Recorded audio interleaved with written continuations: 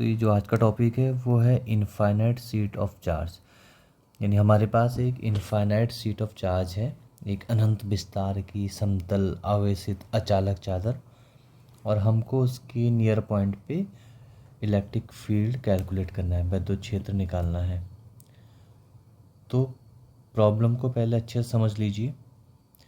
ये जो अपने पास सीट है अनंत लंबाई की, इनफाइनाइट सीट ऑफ चार्ज, एक तो उस पर पॉजिटिव चार्ज यूनिफॉर्मली डिस्ट्रीब्यूट है ना। और ये कैसी एक पतली है, नॉन कंडक्टिंग है यानी अचालक है, और अनंत लंबाई की इनफाइनाइट सीट है, और उस पर पॉजिटिव सरफेस चार्ज डेंसिटी है। तो पॉजिटिव सरफेस चार्ज डेंसिटी कहने का मतलब ये हो गया, मान लीजिए अगर किसी भी एक सरफेस पे, मान लीजिए उसका सरफेस ए है, उस पर अगर कोई भी चार्ज अगर यूनिफॉर्मली डिस्ट्रीब्यूट है ना, एक समान रूप से अगर उस पर वितरित है, तो हम उसके पर यूनिट एरिया पे जो चार्ज डिस्ट्रीब्यूट है उसको हम उसके सरफेस चार्ज डेंसिटी के रूप में समझते हैं। यानी सरफेस चार्ज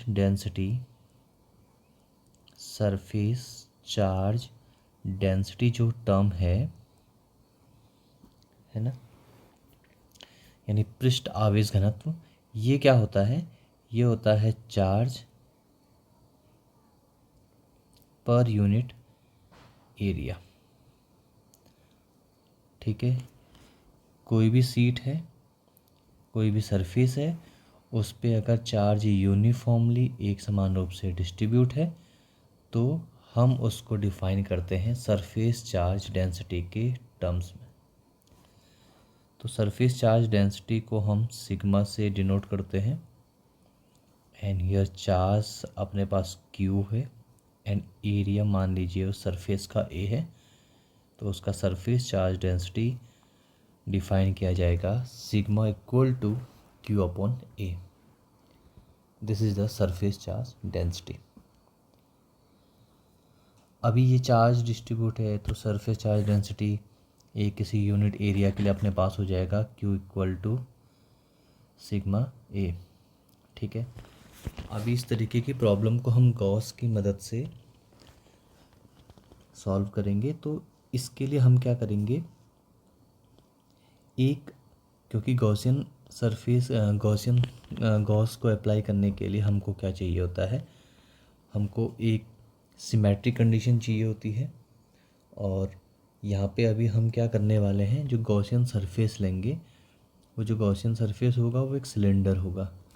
तो आप यहाँ पे देख रहे हैं, यहाँ पे जो अपना गॉसियन सरफेस है जो सिलेंडर के आर पार है, ये एरिया हम ले रहे हैं, और इस पी पॉइंट पे हमको इलेक्ट्रिक फील्ड कैलकुलेट करना है।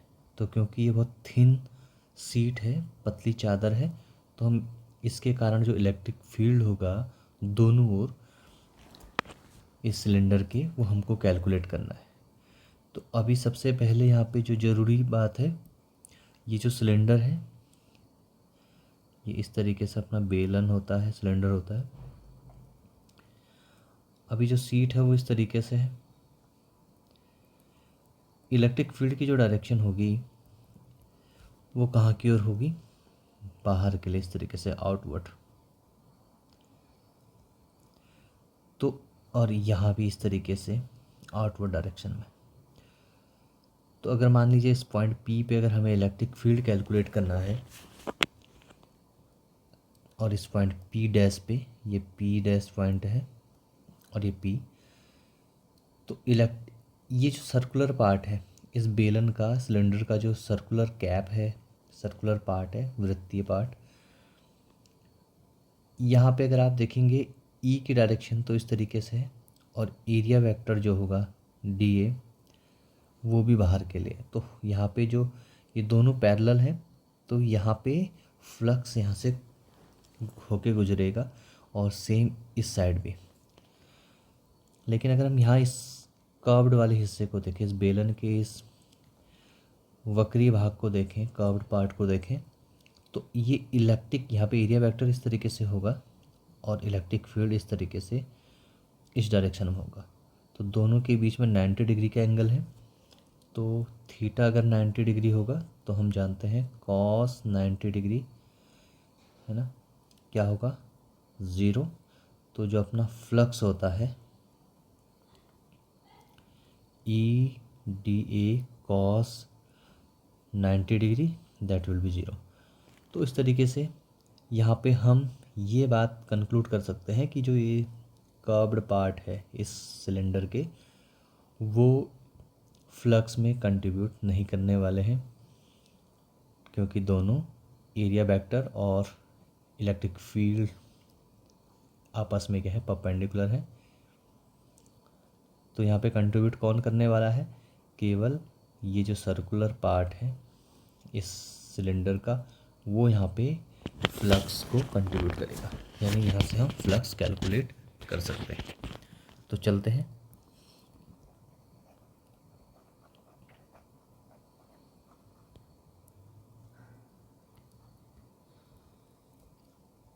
तो सबसे पहले हम लिखेंगे the total flux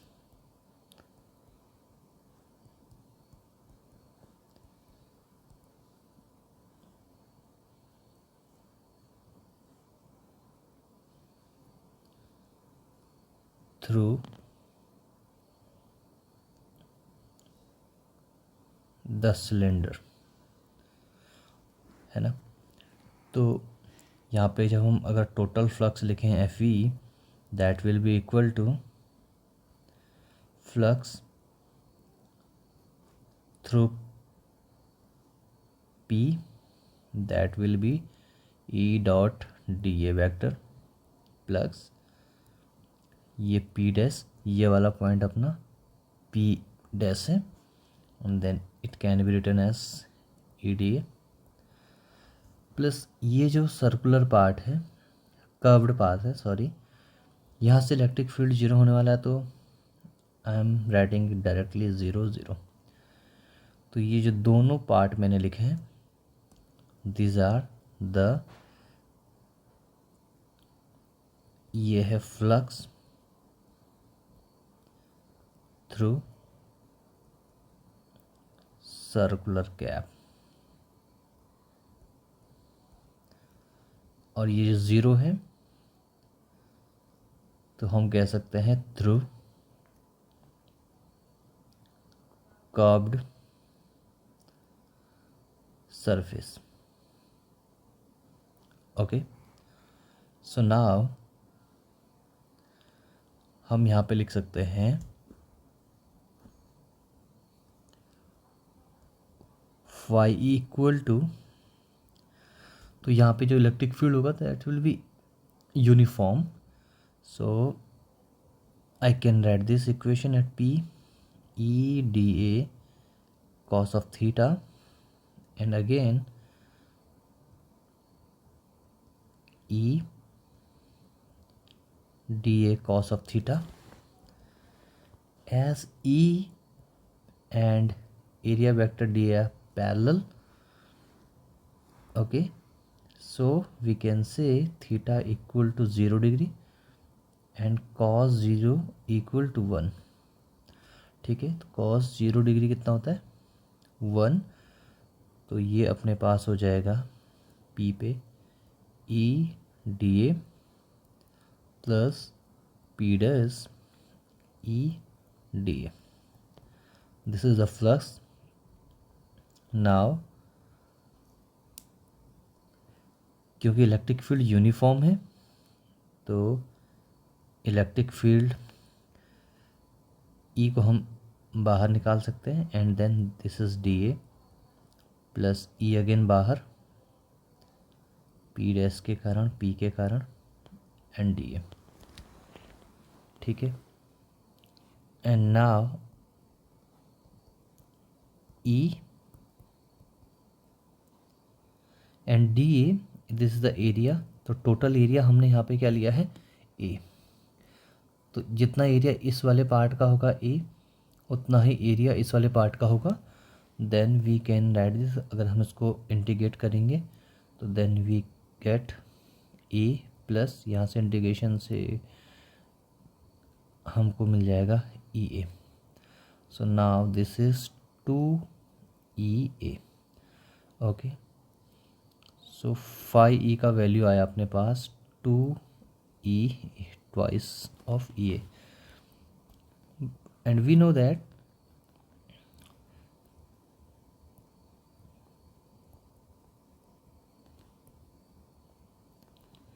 the flux phi E equal to Q enclosed upon epsilon naught. तो फ्लक्स का वैल्यू कितना है 2EA है, और Q इनक्लोज कितना है, Q इनक्लोज अपने पास है सिग्मा ए। इसका वैल्यू जो है वो है sigma A upon epsilon naught. A से ए अपना कैंसिल हो जाएगा, है ना। क्यू हमने शुरुआत में कहा था ना, sigma equal to Q enclose upon A, तो क्यू का वैल्यू यहाँ से निकल जाएगा सिग्मा ए। ठीक है, तो यहाँ से ई का वैल्यू अगर हम देखें तो कितना आ जाएगा, सिग्मा अपॉन 2 एप्सिलॉन नॉट। तो ये इलेक्ट्रिक फील्ड की वैल्यू होगी कहाँ पे, इस सीट के नियर पॉइंट्स पे। तो आप कहीं पे भी अगर इनको इलेक्ट्रिक फील्ड कैलकुलेट करें इस सीट के नियर पॉइंट पे, तो आपको इलेक्ट्रिक फील्ड कितनी मिलने वाली है, E equal to sigma upon 2 epsilon naught A. यहाँ पे एक बात नोट करने वाली है, जो आपको नोट करनी है वो ये है कि जो ई का वैल्यू होगा, E will be the same for all points on each side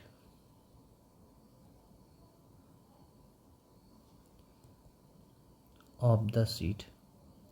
आप देखिए यहाँ पे ए नहीं है अपने इक्वेशन में, ए नहीं यानी एरिया से इंडिपेंडेंट है। ठीक है, तो जो ई का वैल्यू होगा, ठीक है, इसके नियर पॉइंट पे सारे पॉइंट्स पे वो क्या होने वाला है, सेम होने वाला है। ठीक है, तो ये एक रिलेशन हमने कैलकुलेट किया, भी डिराइव किया इसके लिए, अगर हमारे पास इनफाइनाइट सीट ऑफ चार्ज है और नॉन कंडक्टिंग केस के लिए। ठीक है।